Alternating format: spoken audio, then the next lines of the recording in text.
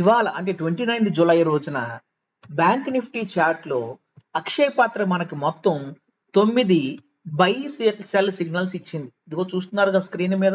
మరి వీటిల్లో 4 signals excellent గా పనిచేస్తాయి. మొదటి సిగ్నల్ సుమారు 10:45కి వచ్చినటువంటి లాంగ్ సిగ్నల్ ద్వారా 378 పాయింట్లు పట్టుకునే అవకాశం. అలానే 12:09కి వచ్చినటువంటి షార్ట్ సిగ్నల్ ద్వారా ఆల్మోస్ట్ 567 పాయింట్స్ పట్టుకునే అవకాశం. నెక్స్ట్ 1:45కి వచ్చిన షార్ట్ సిగ్నల్ ద్వారా 300 పాయింట్లు.